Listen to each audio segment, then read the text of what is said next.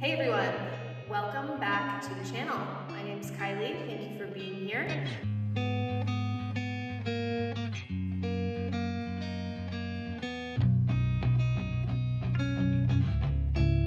Today I am going to be teaching you my favorite improv prompts that help build your floor work practice. This is not a follow along video, this is just me talking through some things that I'm thinking about when I'm doing these improv prompts. So what I would suggest is listening to the ideas and then just putting on some music and trying these ideas out in your own free flow practice. The first thing we are going to think about is sensitivity with our hands and feet. So starting standing, I'm just going to really think about my hands and feet and how they're interacting with my space.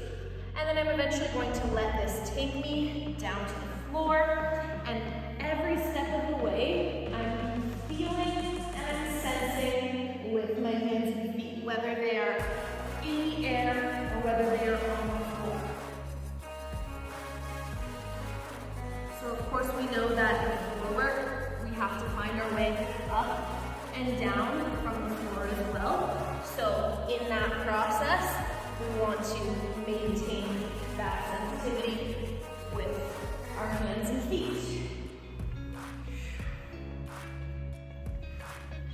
How do my fingers spread? How do my toes spread wider? How do I sense the floor with the tops and sides of my feet as well as just the bottoms? How do I bear a little bit more weight in the sides and tops of my hands? The next prompt we're going to talk about is mobility of the hips. So from a standing position, I can think of opening and closing the hips in whichever way they go. I like to think of the front of my hips like a book, closing and opening. And then again, as this takes me down to the floor, I can find a lot more possibility and efficiency in movement when I really utilize that extension and contraction of my hips.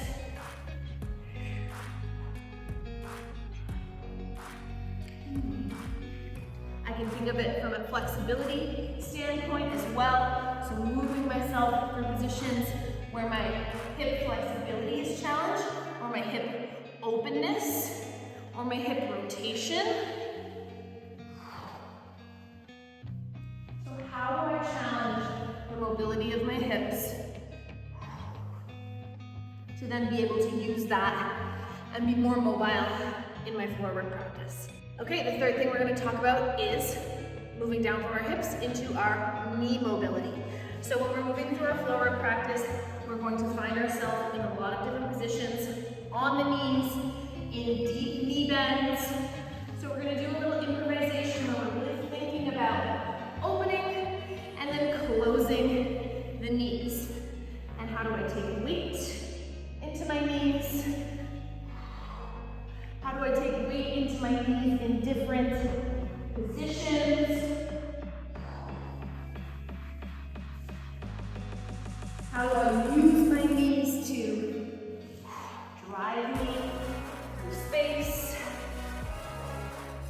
How do I soften through the bends in my knees as I enter the floor?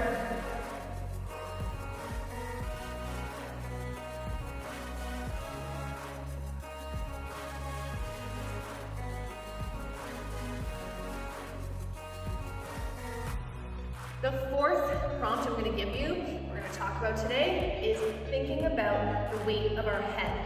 So if we use this weight of our head as we move through our floor work practice, we're going to be able to move a little bit more efficiently.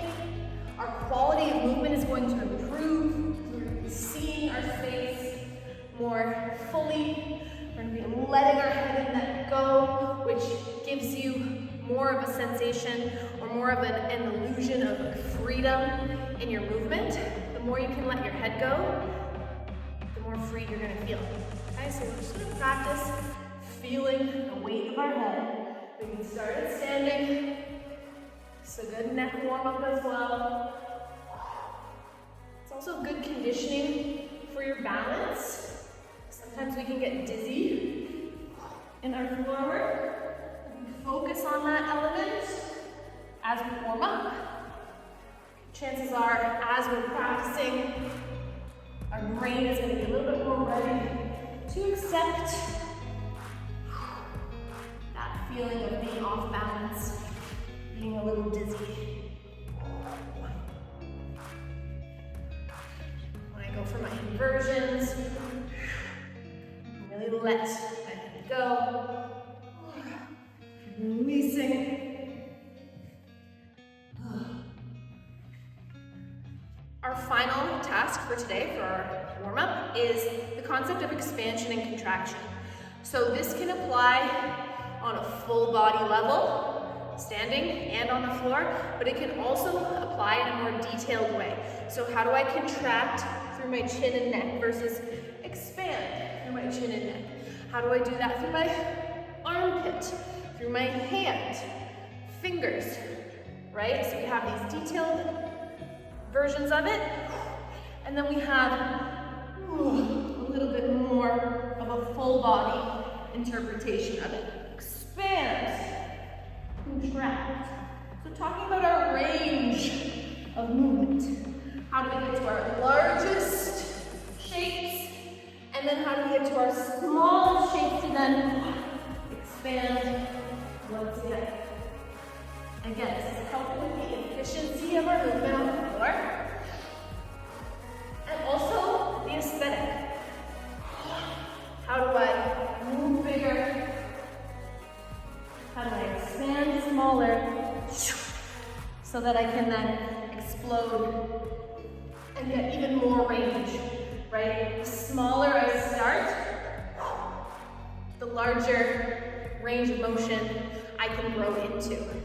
So expansion and contraction, playing with that concept. Often we think about everything always being bigger, but I want you to think about the opposite end of the spectrum as well. Like I was just mentioning, when I do contract, when I do wind down, can I make that shape smaller as well? All right, my friends, you got me sweating, you got me breathing.